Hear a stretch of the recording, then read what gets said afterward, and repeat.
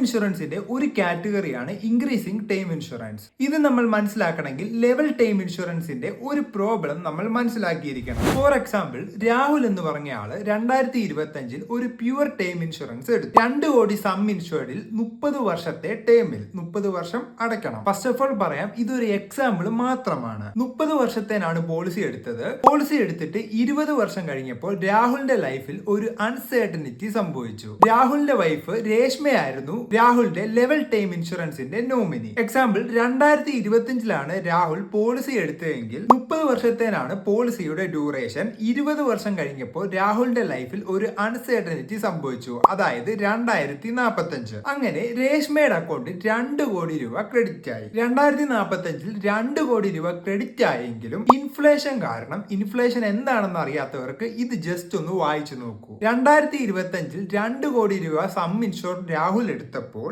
Value ഉണ്ടേൽ, പക്ഷെ അത് 2045 ആയപ്പോൾ, ഫോർ എക്സാമ്പിൾ 5% ഇൻഫ്ലേഷൻ റേറ്റ് വെച്ച് കാൽക്കുലേറ്റ് ചെയ്യുമ്പോൾ 2 കോടി രൂപ 2025 2 കോടി രൂപ 2045 അതിന്റെ പർച്ചേസിംഗ് പവർ അപ്രോക്സിമേറ്റ്ലി 75.4 ലാക്ക് ആയിട്ട് മാറും. 2045 75.4 ലാക്ക് ആയിട്ട് മാറും. ഇൻഫ്ലേഷൻ കാരണം 75 ലാക്ക് പർച്ചേസിംഗ് പവറെ രേഷ്മയ്ക്ക് കിട്ടൂ. ഇതൊരു പ്രോബ്ലം ആണ്. ഇതിനുള്ള സൊല്യൂഷൻ ആണ് ഇൻക്രീസിംഗ് ടേം ഇൻഷുറൻസ്. ഇൻഫ്ലേഷനെ ബീറ്റ് ചെയ്യാൻ വേണ്ടി ഓരോ വർഷവും സം ഇൻഷുർഡിന്റെ കൂട്ടത്തിൽ ഇത്ര പെർസെന്റേജ് ആഡ് ആയിക്കൊണ്ടിരിക്കും. ഫോർ എക്സാമ്പിൾ, പൊതുവെ വരാറുള്ളത് 5% എബോ ആണ് വരാറുള്ളത്. ഇത്ര പെർസെന്റേജ് സം ഇൻഷുർഡിന്റെ കൂട്ടത്തിൽ ആഡ് ആയിക്കൊണ്ടിരിക്കും. ഇത് ഒരു പരിധി വരെ ഇൻഫ്ലേഷനെ ബീറ്റ് ചെയ്യാൻ സഹായിക്കുന്നു. It's me Mithun.